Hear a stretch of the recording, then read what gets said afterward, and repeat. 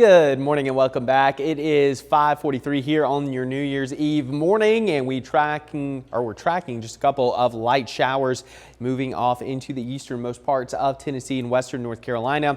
Front coming through. After this front passes, it's eventually going to start to get a little bit cooler, and the winds are going to start to pick up as well. So currently we have temperatures in the 50s. So it's a pretty mild morning. Winds out of the south-southeast already picking up to 16 miles per hour.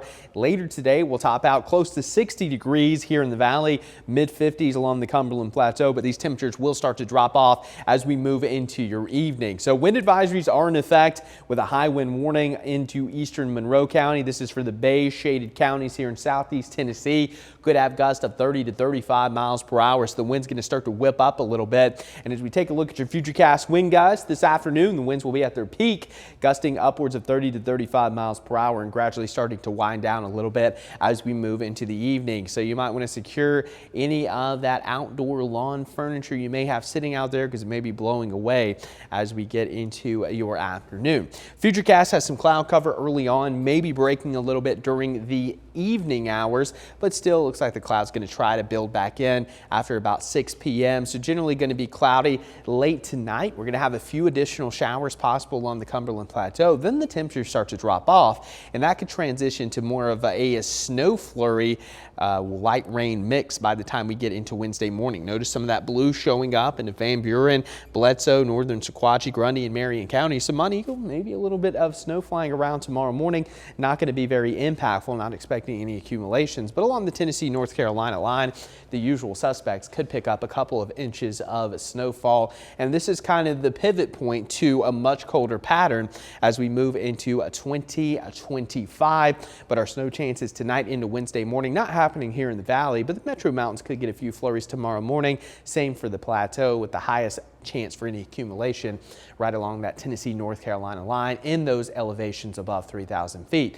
But a big pattern flip coming. I mean, it's almost locked in at this point. The cold air is going to arrive, and with this cold pattern in place, we will have the chance for a few winter weather threats. The first significant threat being, I'm thinking, Sunday into Monday. Now, the latest model guidance has this low tracking a little bit further south than it did yesterday. What I think this would do would put us more in the winter battleground, which means sleet, freezing rain, and maybe some snow on the north end would be possible. That's if it tracks further to the south. Now, this is the American model. The European model has this tracking further to the north, which would bring a cold rain into much of the Tennessee Valley. So we're kind of in range where we're starting to see how this is going to trend moving into next week, but it does look like it's going to be active, and we're going to be watching this system very closely. So storm track going to be very pivotal as to what type of precipitation we're going to see, because if it takes this southerly track, we'll have a better chance of wintry weather because that cold air is going to be locked in.